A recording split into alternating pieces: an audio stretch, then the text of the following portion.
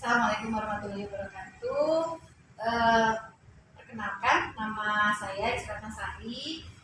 Saya dari Puskesmas Pagaden. Senang sekali rasanya saya hari ini hadir di Desa Pagaden untuk sedikit berbagi tentang bagaimana cara memeriksa eh, resiko tinggi terhadap penyakit tidak menular. Salah satu untuk mendeteksinya yaitu memeriksa tekanan darah. Yang dimaksud dengan hipertensi adalah suatu keadaan di mana tekanan darahnya itu meningkat tinggi. Bisa dilihat dari apa? Dari tekanan darah. Kadang ibu-ibu suka tahu ya, yang bagian atasnya itu namanya sistolik. Kadang kita suka dengar tensinya berapa? 150/100. Nah, bagian atasnya yang 150 itu namanya sistolik. Nah, bagian bawahnya itu namanya diastolik. Kita bisa mengetahui sistolik per diastolik itu dari apa? Dari pemeriksaan tekanan darah. Nah, apa sih yang bisa untuk memeriksa tekanan darah? Alat untuk memeriksa tekanan darah itu ini.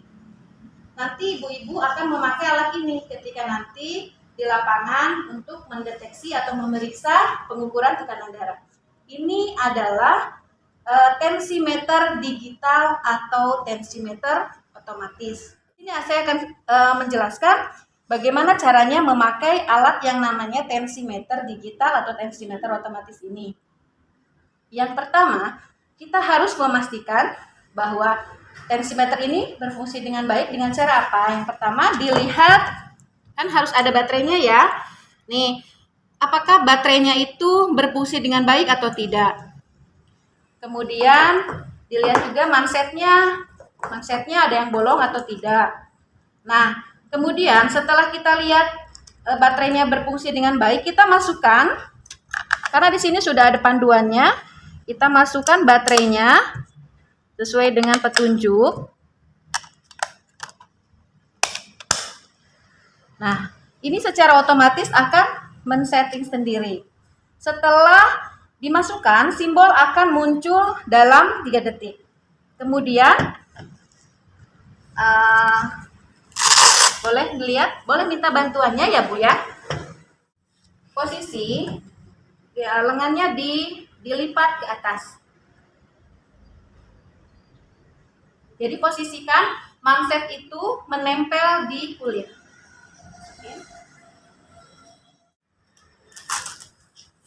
Dan manset ini sejajar dengan jantung.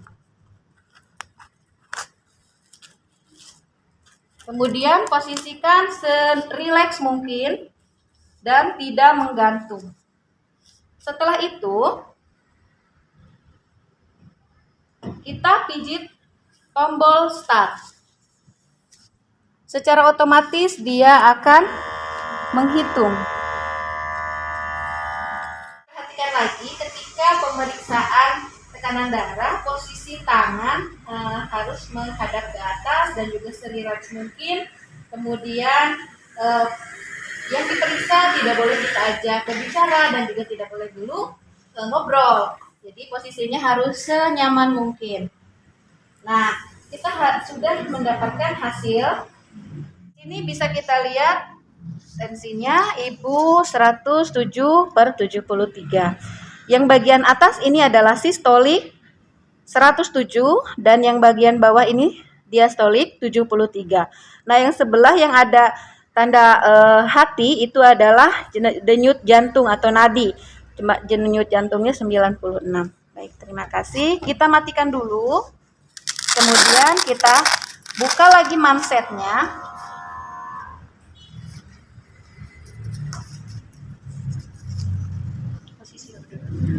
Dirapikan lagi duduknya. Kemudian jika sudah memeriksa, usahakan kalau tidak dipakai baterai, kita buka kembali. Jadi ketika kita tidak memakai alat, diusahakan alat dalam keadaan kosong, tidak ada baterainya. Nah, ibu-ibu, kapan kita mengatakan kalau tekanan darah itu tinggi? Ketika yang bagian atas atau yang kita sebut sistolik itu lebih dari 140 dan bagian bawah atau diastolik lebih dari 90. Demikian penjelasan saya tentang bagaimana cara pengukuran tekanan darah. Terima kasih. Oke, kita berlanjut ke pemeriksaan yang kedua. Pemeriksaan yang kedua untuk mengetahui kadar gula dalam darah atau yang kita kenal dengan istilah DM atau diabetes mellitus.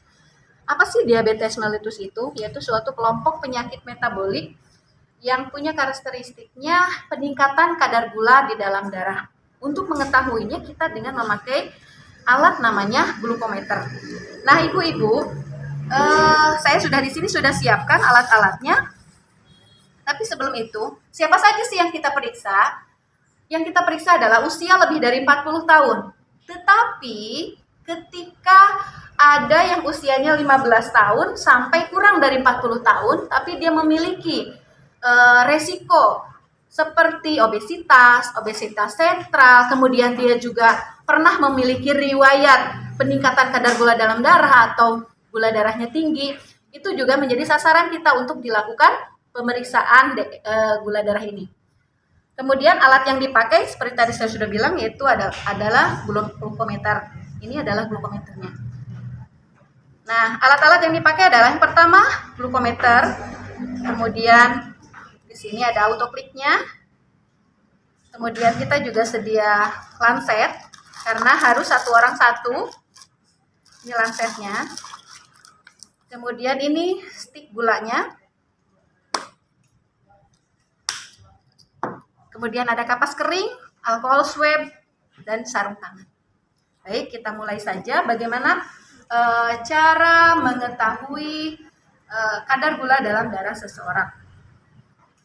Pertama, setelah kita mencuci tangan, kita memakai sarung tangan.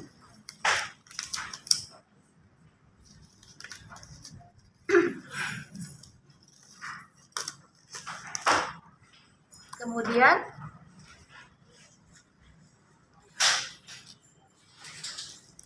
kita masukkan lancet.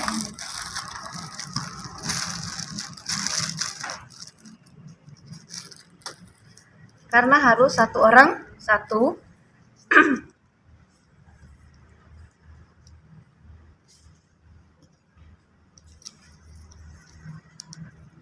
Kita atur, kita sesuaikan dengan kondisi nanti lihat tangan yang mau diperiksanya. Setelah itu kita siapkan alkohol swabnya dan juga stick.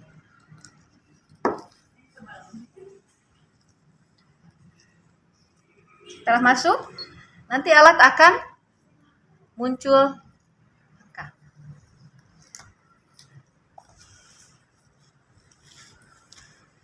Kita bersihkan dulu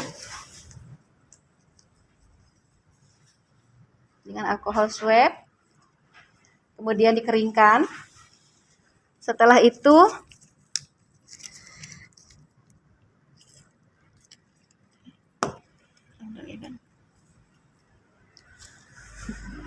dikeringkan dengan menggunakan kapas kering. Setelah itu baru dimasukkan darahnya ke glukometer.